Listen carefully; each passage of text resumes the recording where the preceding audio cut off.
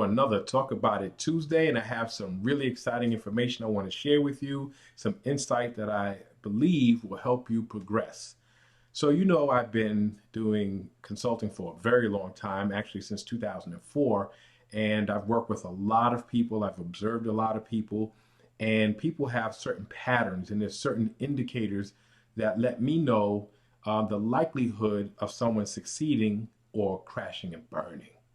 And there's a definite pattern amongst those who crash and burn. So I want to share something with you so you can kind of avoid that type of situation. So I find that there are two types of people that crash and burn the most.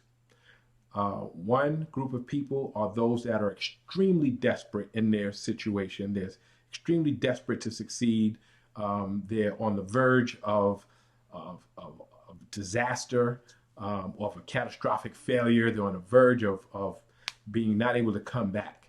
And the other group, surprisingly to most people, are people that are really, really, really smart. Really, really, really smart people tend to crash and burn as well. So I'm going to address both of those types of people, and I'll tell you exactly why they tend to crash and burn. So the really, really desperate people, there are a few things that make them crash and burn, but primarily you'll have a situation where time is not on their side. And when you don't have time on your side, it forces you to make decisions that are not necessarily the best decisions. See, in order to be successful and make the best decisions, you have to have the freedom of time. So let me explain that further. People always ask me, say, Haru, what's your day like? And I tell them, before I get out of the bed, I read for an hour. Once I get out of the bed, I walk for 4 to 5 miles. And they say, what do you do when you walk? I think. So I stimulate my brain with new information. Then I walk and I think for another hour and a half or so. Then what do you do? After that, I'll go in the office. What do you do in the office? Well, most of the time I'm thinking. So I spend a good portion of my day thinking and talking. So I have a good business partner, a good friend and business partner of mine, Augustine. Some of you know him. And his office is next to my office, which some people think is disastrous because most of the time you'll see both of us stop whatever we're doing, and he'll either come into my office or I'll come in his office, and we'll start talking, and we'll talk for 2 hours, sometimes 3 hours, nonstop. But we're not talking about frivolous things. Sometimes we'll come up with an idea. We'll talk about politics. We'll talk about economics. We'll talk about a business idea. We'll talk about science. We'll talk about sociology. We'll talk about the way people think. We'll talk about how things integrate. We'll talk and talk and talk and talk. And sometimes we'll come up with a new idea, a new concept. Sometimes we'll come up with a new business idea, something we want to explore. But a lot of times it's just fleshing out ideas. It's just really analyzing our own thoughts and seeing how things gel and bouncing things off of other people. And both of us have been extremely successful over the years.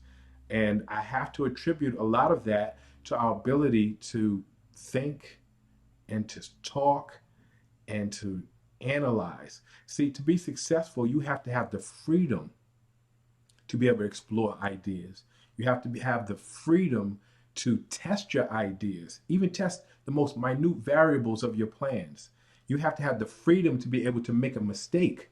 You have to have the freedom to be able to change course if you want to or need to. You have to have the freedom and the luxury to be able to challenge your own core beliefs. And to be able to do that requires time. And people who don't have time don't have that freedom. And so they're forced to make split decisions. They're forced to make decisions out of desperation.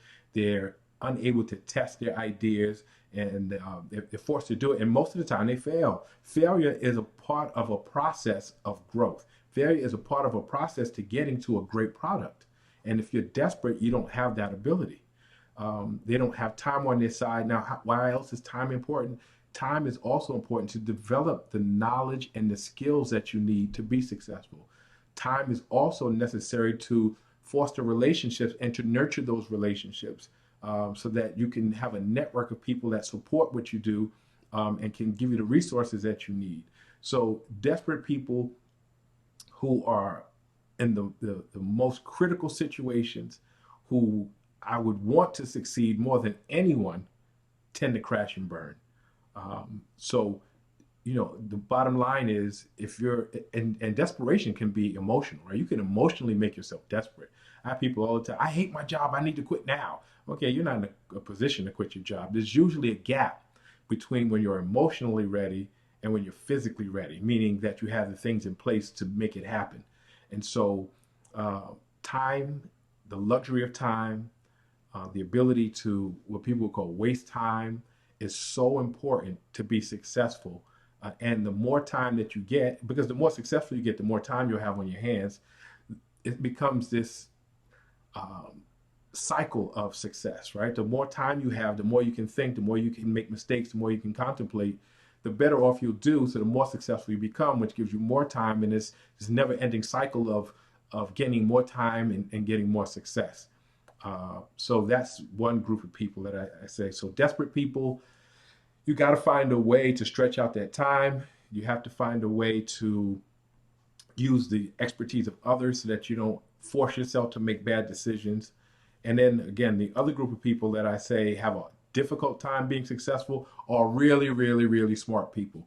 I find that the more intelligent people are, the harder it is for them to be successful because one, they don't challenge their core beliefs. And number two, the biggest mistake they make is they believe they can just Google search everything.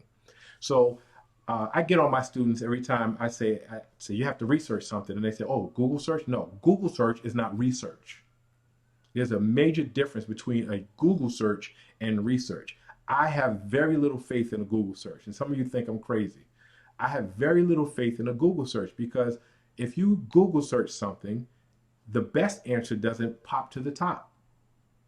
What pops to the top? Well, Google has an algorithm, and it has nothing to do with the most appropriate information or the best information for your situation. So a lot of it has to do with like really crazy things. Does your Is your content long? Is your content supported by visual aids? Is your website HTTPS?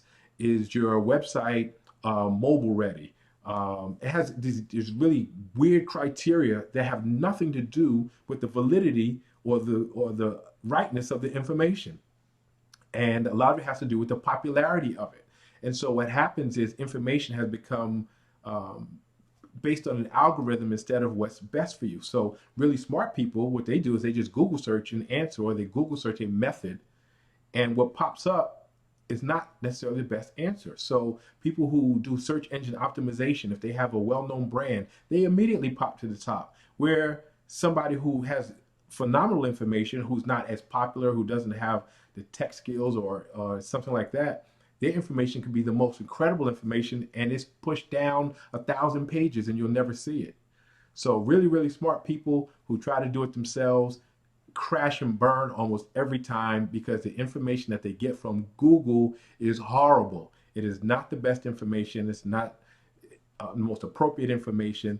And they think they know so much that they don't go to seek the help of others. So how do desperate people get around it? How do smart people get around their shortcomings? The best way is to create relationships with people who are actively doing something that you want to do and are successful at it currently.